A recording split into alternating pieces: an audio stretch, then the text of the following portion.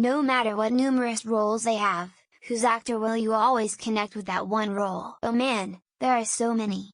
Christopher Lloyd will always be Dr. Emmett Brown.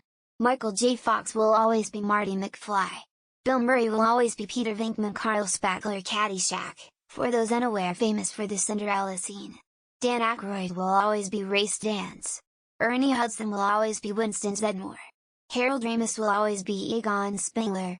Rick Moranis will always be Louis Tully. Sigourney Weaver will always be Lieutenant Ellen Ripley. Dana Barrett. Michael Biehn will always be Corporal Dwayne Hicks. Kyle Reese. Arnold Schwarzenegger will always be the Terminator. William Shatner as Kirk. Leonard Nimoy as Spock. Arnold Schwarzenegger as the Terminator. Sylvester Stallone as Rocky. Carol O'Connor as Archie Bunker. Hal Linden as Barney Miller. Mel Gibson as Mad Max. Tippi Hedren as Melanie Daniels the Birds. Gene Wilder as Willy Wonka. Johnny Depp as Jack Sparrow. Lucy Lawless as Xena. Dean Cain and Kevin Sorbo as Has Beans. Matthew Perry as Chandler from Friends. Whatever else I see him in, his little mannerisms shine through.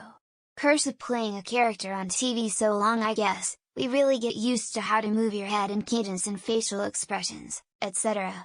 I really don't get that with Jennifer Aniston, though. Sigourney Weaver as Ellen Ripley, which made her role in Galaxy Quest as Tawny Madison so much more amazing for me.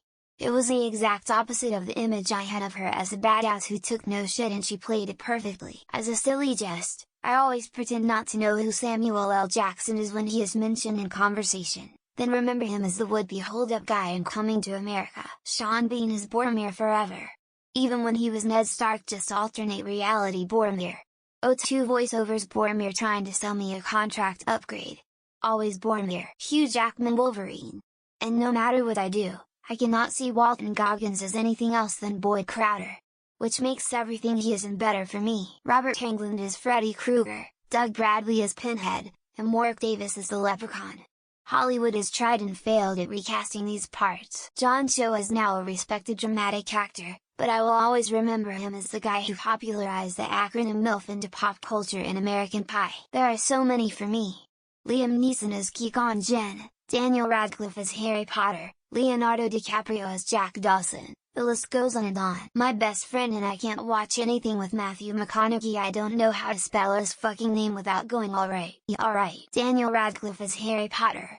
I've seen him in a few other movies by now, and it doesn't matter who he's playing, I just see him as Harry Lowell. Timothy Olyphant as Seth Bullock, Ian McShane as Al Swearingen in Deadwood. Loved that show. Never heard the F-bomb dropped so many times, smiley face. John Krasinski as Jim Halpert.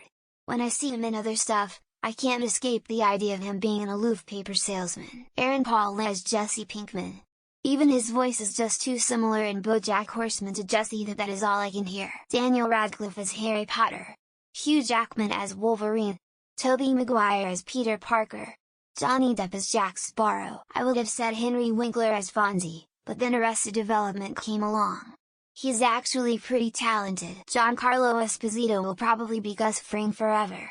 Mostly because every other role is basically just Gus again. Samuel L. Jackson as Samuel L. Jackson. No matter what movie he's in, I always think of him as that character. Mark Hamill with Star Wars. Keanu Reeves, The Matrix. Tom Cruise, Mission Impossible.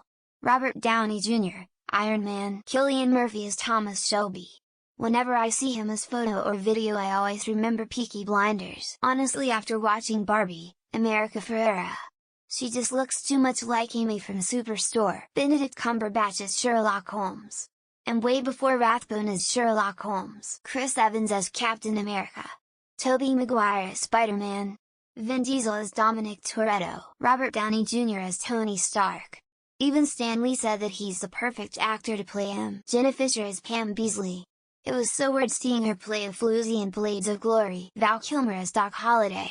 He is in other big roles, but he will always be Doc to me. Orlando Bloom depends what you watched first, either as William Turner or Legolas. Bryan Cranston as Walter White. No matter what role he plays, I always see Walter White. John C. Reilly as the handyman burger barn friend in What's Eating Gilbert Grape. Ray Liotta R.I.P. will always be Henry in Goodfellas.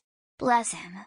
He died too soon. It's hilarious that there are about a dozen guys who are the best James Bond. Rowan Atkinson as Mr. Bean. In Johnny English all I could think was Mr. Bean, crying face, smiley face. Dwayne Johnson is The Rock.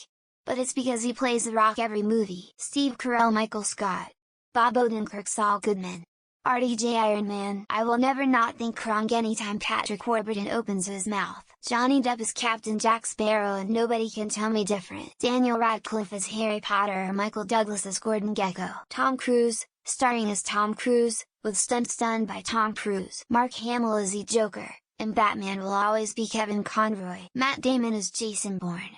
Nathan Fillion as Malcolm Reynolds. Carrie Fisher as Princess Leia.